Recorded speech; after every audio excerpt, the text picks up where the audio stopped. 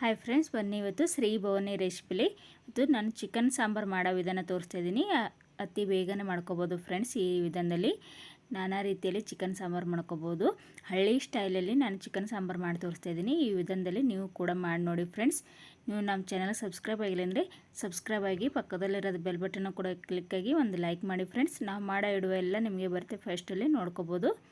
ಬನ್ನಿ ಇವತ್ತು ಮಾಡೋ ವಿಧಾನ ತೋರಿಸ್ತಾ ಇದ್ದೀನಿ ನಿಮಗೆ ಯಾವ ರೀತಿ ಮಾಡೋದಂತ. ಮುದ್ದೆ ಜೊತೆಯಲ್ಲಿ ನಾನು ಮಾಡಿಬಿಟ್ಟು ತೋರಿಸ್ತಾ ಇದ್ದೀನಿ ಫ್ರೆಂಡ್ಸ್. ಇವಾಗ ಒಂದು ಮಿಕ್ಸಿ ಜಾರ್ ತಂದುಬಿಟ್ಟು 1 ಕಪ್ ಆಗೋಷ್ಟು ನಾನು ಹಸಿ ಕಾಯಿನ ಹಾಕೋತಾ ಇದ್ದೀನಿ. ಒಂದು ಹಿಡಿಯಟ್ಟು ಕೊತ್ತಂಬರಿ ಸೊಪ್ಪನ್ನು ಹಾಕ್ತಾಯಿದ್ದೀನಿ. ಒಂದು ಸ್ವಲ್ಪ ಪುದೀನ ಸೊಪ್ಪನ್ನು ಸೇರಿಸ್ತಾ ಇದ್ದೀನಿ. ಒಂದು 2 ಸ್ಪೂನ್ ಆಗೋಷ್ಟು ಹುರುಗಡ್ಲೆನ ಸೇರಿಸಿದ್ದೀನಿ. ಸ್ವಲ್ಪ ನೀರು ಹಾಕೊಂಡ್ಬಿಟ್ಟು ಸಣ್ಣದಾಗಿ ರುಬ್ಕೊಂಡ್ಬರ್ಬೇಕಾಗತ್ತೆ. ನಾನು ನೀರು ಹಾಕೋದು ವಿಡಿಯೋನ ಕಟ್ಟಾಗಿದೆ. ನೋಡಿ ಫ್ರೆಂಡ್ಸ್, ಈ ವಿಧಾನದಲ್ಲಿ ಸಣ್ಣದಾಗಿ ರುಬ್ಕೊಂಬರ್ಬೇಕು.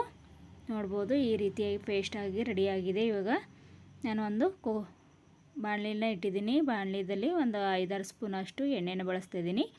ಎಣ್ಣೆ ಬಿಸಿ ಆದ ನಂತರ ನಾನು ಉದ್ದುದ್ದಾಗೆ ಕಟ್ ಮಾಡಿ ಇಟ್ಕೊಂಡಿದ್ದೀನಿ ಒಂದು ಈರುಳ್ಳಿ, ದಪ್ಪ ಸೈಜ್ದು. ಒಂದು ಈರುಳ್ಳಿನ ಹಾಕ್ಬಿಟ್ಟು ಚೆನ್ನಾಗಿ ಫ್ರೈ ಆಗಬೇಕು. ಅಲ್ಲಿವರೆಗೂ ಫ್ರೈ ಮಾಡ್ಕೊತಾ ಬನ್ನಿ. ನೋಡ್ಬೋದು ಫ್ರೆಂಡ್ಸ್, ಈ ರೀತಿಯಾಗಿ ಈರುಳ್ಳಿ ಫ್ರೈ ಆದ ಬಳಿಕ ನಾನು ಬೆಳ್ಳುಳ್ಳಿ ಶುಂಠಿ ಪೇಸ್ಟನ್ನು ಸೇರಿಸ್ತಾ ಇದ್ದೀನಿ. ಸೇರಿಸೋದ ಬಳಿಕ ಹಸಿ ಸ್ಮೆಲ್ ಹೋಗಬೇಕು, ಅಲ್ಲಿವರೆಗೂ ಫ್ರೈ ಮಾಡ್ಕೊತಾ ಬನ್ನಿ. ಅತಿ ಬೇಗನೆ ಮಾಡ್ಕೋಬೋದು ಫ್ರೆಂಡ್ಸ್. ಈ ವಿಧಾನದಲ್ಲಿ ನೀವು ಕೂಡ ಒಮ್ಮೆ ಟ್ರೈ ಮಾಡಿ. ಇವಾಗ ನಾನು ಪುದೀನ ಸೊಪ್ಪನ್ನು ಚಿಕ್ಕದಾಗಿ ಕಟ್ ಮಾಡಿಬಿಟ್ಟು ಸೇರಿಸ್ತಾ ಇದ್ದೀನಿ. ನೋಡಿ, ಪುದೀನ ಸೊಪ್ಪನ್ನು ಸೇರಿಸಾದ ನಂತರ ಚೆನ್ನಾಗಿ ಒಂದು 2 ನಿಮಿಷ ಚೆನ್ನಾಗಿ ಫ್ರೈ ಮಾಡ್ಕೊತಾ ಇದ್ದೀನಿ. ಈ ರೀತಿಯಾಗಿ ಪುದೀನ ಸೊಪ್ಪೆಲ್ಲ ಹಸಿ ಸ್ಮೆಲ್ ಹೋಗ್ಬೇಕು, ಅಲ್ಲಿವರೆಗೂ ಫ್ರೈ ಮಾಡ್ಕೋಬೇಕು. ಇವಾಗ ನಾನು ಚಿಕನ್ನ ತೊಗೊಂಡಿನಿ. ಒಂದು ಅರ್ಧ kg ಆಗೋಷ್ಟು ಚಿಕನ್ ತೊಗೊಂಡಿದ್ದೀನಿ. ನಾನು ಸ್ಕಿನ್ ಔಟ್ ಮಾಡಿಸಿದ್ದೀನಿ ಚಿಕನ್ನ. ನೋಡ್ಬೋದು ಫ್ರೆಂಡ್ಸ್, ನೀಟಾಗಿ ತೊಳೆದ್ಬಿಟ್ಟು ಇಟ್ಕೊಂಡಿದ್ದೆ. ನಾನು ಚಿಕನ್ನ ಸೇರಿಸಾದ ನಂತರ ಚೆನ್ನಾಗಿ ಮಿಕ್ಸ್ ಮಾಡ್ತಾಯಿದ್ದೀನಿ. ಒಂದು 10 ನಿಮಿಷ ಚೆನ್ನಾಗಿ ಮಿಕ್ಸ್ ಮಾಡ್ಕೊತಾ ಇರಬೇಕು. ನೀರಿನ ಅಂಶ ಬಿಡುತ್ತಲ್ಲ ಚಿಕನ್ನು, ಅಲ್ಲಿವರೆಗೂ ಮಿಕ್ಸ್ ಮಾಡ್ಕೊತಾ ಬನ್ನಿ. ನೋಡ್ಬೋದು ಫ್ರೆಂಡ್ಸ್, ಈ ರೀತಿಯಾಗಿ ನೀರಿನ ಅಂಶ ಬಿಡ್ತಾ ಬರುತ್ತಿದೆ.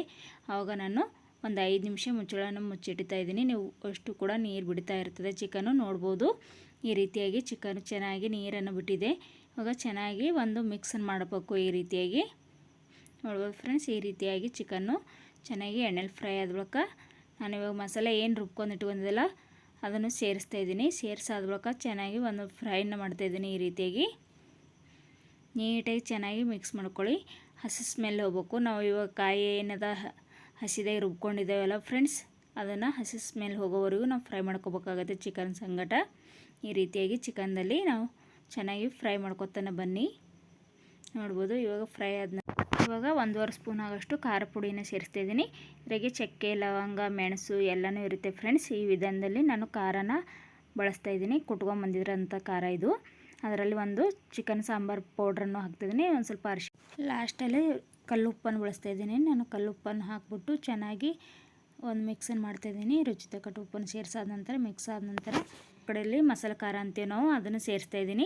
ಸೇರಿಸಿದ ಬಳಿಕ ಚೆನ್ನಾಗಿ ಒಂದು ಮಿಕ್ಸ್ ಆದ ನಂತರ ನೋಡ್ಬೋದು ಈ ರೀತಿಯಾಗಿ ಖಾರನ ಚೆನ್ನಾಗಿ ಹೊಂದ್ಕೊಂಡಾದ ಬಳಿಕ ಎಣ್ಣೆಯೆಲ್ಲ ಬಿಡ್ತಾ ಬರ್ತದಲ್ಲ, ಅಲ್ಲಿವರೆಗೂ ಫ್ರೈ ಮಾಡ್ಕೊಳ್ಳಿ. ಫ್ರೈ ಆದ ಬಳಿಕ ನಮ್ಗೆ ನೀರನ್ನು ಎಷ್ಟು ಬೇಕಾಗುತ್ತೆ ನೀರನ್ನು ನಾವು ಬೇಯಿಸಿಟ್ಕೋಬೇಕಾಗತ್ತೆ. ನೀರನ್ನು ಹಾಗೇ ಸೇರ್ಸಕ್ಕೆ ಹೋಗಬೇಡಿ.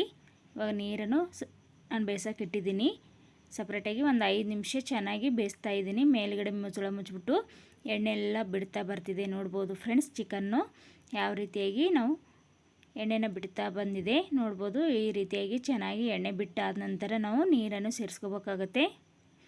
ನೋಡ್ಬೋದು ಈ ರೀತಿಯಾಗಿ ಚೆನ್ನಾಗಿ ಮಿಕ್ಸ್ ಮಾಡ್ಕೊಳ್ಳಿ. ಗ್ಯಾಸನ್ನು ಮೀಡಿಯಮಲ್ಲಿ ಇಟ್ಬಿಟ್ಟು ಬೇಯಿಸ್ಕೋಬೇಕಾಗತ್ತೆ. ಚಿಕನ್ನು ಬೇಗನೆ ಬೇಯುತ್ತೆ ಚಿಕನ್ನು. ನೋಡ್ಬೋದು ಈ ರೀತಿಯಾಗಿ ಚೆನ್ನಾಗಿ ಮಿಕ್ಸ್ ಆದ ನಂತರ ನಾನು ಒಂದು ಸ್ವಲ್ಪ ಮಿಕ್ಸಿ ತೊಳೆದು ನೀರನ್ನು ಸೇರಿಸ್ತಾ ಇದ್ದೀನಿ. ಇವಾಗ ಬಿಸಿದ ನೀರಿಗೆ ಕಾಯ್ಸೋಕೆ ಇಟ್ಟಿದ್ದಲ್ಲ, ಆ ನೀರನ್ನು ಸೇರಿಸ್ತಾ ಇದ್ದೀನಿ. ನಿಮ್ಮ ಸಾಂಬಾರು ಎಷ್ಟು ತೆಳ್ಳಗೆ ಬೇಕೋ ಅಷ್ಟು ನೋಡ್ಕೊಂಡ್ಬಿಟ್ಟು ತೆಳ್ಳಗೆ ಮಾಡ್ಕೋಬೋದು. ನೋಡ್ಬೋದು ಫ್ರೆಂಡ್ಸ್, ಯಾವ ರೀತಿಯಾಗಿ ಸಾಂಬಾರು ಇನ್ನೂ ಗಟ್ಟಿ ಅನಿಸುತ್ತಿದೆ. ನಾನು ಇನ್ನೊಂದು ಸ್ವಲ್ಪ ಕೂಡ ನೀರನ್ನು ಸೇರಿಸ್ತೀನಿ. ನೋಡ್ಬೋದು ನಿಮಗೆ ಯಾವ ಹದಕ್ಕೆ ಬೇಕಾಗುತ್ತೆ ಆ ಹದದಲ್ಲಿ ನೋಡ್ಕೊಂಡ್ಬಿಟ್ಟು ಸೇರಿಸ್ಕೋಬೋದು. ಇದು ಬೆಂದಾದ ಬಳಿಕ ನಾವು ಚಿಕನ್ನ ಸಾಂಬಾರು ಗಟ್ಟಿಯಾಗುತ್ತೆ. ನೋಡ್ಕೋಬೋದು ಫ್ರೆಂಡ್ಸ್. ಇನ್ನೊಂದು ಸ್ವಲ್ಪ ನೀರನ್ನು ಸೇರಿಸ್ತಾ ಇದ್ದೀನಿ. ಸೇರಿಸಾದ ನಂತರ ಚೆನ್ನಾಗಿ ಮಿಕ್ಸ್ ಮಾಡಿಬಿಟ್ಟು ನಾನು ಬೇಯಕ್ಕೆ ಬಿಡ್ತಾಯಿದ್ದೀನಿ. ಒಂದು 10-15 ನಿಮಿಷ ಚೆನ್ನಾಗಿ ಬೇಯಿಸ್ಕೋಬೇಕಾಗತ್ತೆ. ನೋಡ್ಬೋದು ಈ ವಿಧಾನದಲ್ಲಿ ಇದ್ದರೆ ಸಾಕು. ಸಾಂಬಾರನ್ನು ತೆಳಗೆ ತುಂಬ ಗಟ್ಟಿಯಾಗಿ ಬರ್ತದೆ ಆಮೇಲೆ ಸಾಂಬಾರು. ನೋಡ್ಬೋದು ಫ್ರೆಂಡ್ಸ್, ಈ ರೀತಿಯಾಗಿ ಚೆನ್ನಾಗಿ ಮಿಕ್ಸ್ ಆದ ನಂತರ ನಾನು ಒಂದು 15 ನಿಮಿಷ ಚೆನ್ನಾಗಿ ಬೇಯಿಸ್ತಾ ಇದ್ದೀನಿ.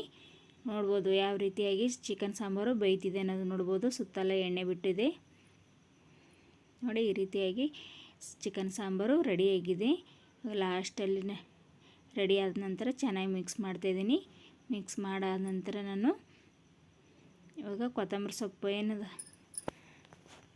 ನೋಡ್ಕೋದು ಫ್ರೆಂಡ್ಸ್, ಕೊತ್ತಂಬರಿ ಸೊಪ್ಪು ಏನದ ನಾನು ಚಿಕ್ಕದಾಗಿ ಕಟ್ ಮಾಡಿಬಿಟ್ಟು ಸೇರಿಸ್ತಾ ಇದ್ದೀನಿ. ಲಾಸ್ಟಲ್ಲಿ ಕೊತ್ತಂಬರಿ ಸೊಪ್ಪನ್ನು ಹಾಕ್ತಾಯಿದ್ದೀನಿ. ಹಾಕಾದ ನಂತರ ನಾನು ಮಿಕ್ಸ್ ಮಾಡ್ತಾಯಿದ್ದೀನಿ ಫ್ರೆಂಡ್ಸ್. ಈ ರೀತಿಯಾಗಿ ಮಿಕ್ಸ್ ಮಾಡಾದ ಬಳಿಕ ನಾನು ಒಂದು 5 ನಿಮಿಷ ಮೀಡಿಯಮ್ ಉರಿಯಲ್ಲಿ ಬೇಯಿಸೋಕೆ ಬಿಡ್ತಾಯಿದ್ದೀನಿ. 5 ನಿಮಿಷ ಆದ ನಂತರ ನಾನು ತೋರಿಸ್ತಿದ್ದೀನಿ ಫ್ರೆಂಡ್ಸ್ ಯಾವ ರೀತಿಯಾಗಿ ಚೆನ್ನಾಗಿ ಎಣ್ಣೆನ ಬಿಟ್ಟಿದೆ ಸಾಂಬಾರು. ಸುತ್ತಲ ಚೆನ್ನಾಗಿ ಸಾಂಬಾರು ಬೆಂದಿದೆ. ನಮ್ಗೆ ಚಿಕನ್ ಸಾಂಬಾರು ಸೂಪರಾಗಿ ರೆಡಿಯಾಗಿದೆ. ಇವಾಗ ಸರ್ವ್ ಮಾಡಿಬಿಟ್ಟು ತೋರಿಸ್ತಾ ಇದ್ದೀನಿ. ಮುದ್ದೆ ಜೊತೆ ಆಗ್ಬೋದು, ಅನ್ನ ಜೊತೆ, ರೊಟ್ಟಿ ಜೊತೆನೂ ಹಾಕೊಂಡ್ಬಿಟ್ಟು ತಿನ್ಬೋದು. ಸೂಪರಾಗಿರುತ್ತೆ ಫ್ರೆಂಡ್ಸ್. ಈ ವಿಧಾನದಲ್ಲಿ ನೀವು ಕೂಡ ಟ್ರೈ ಮಾಡಿ ನೋಡಿ. Thank you friends.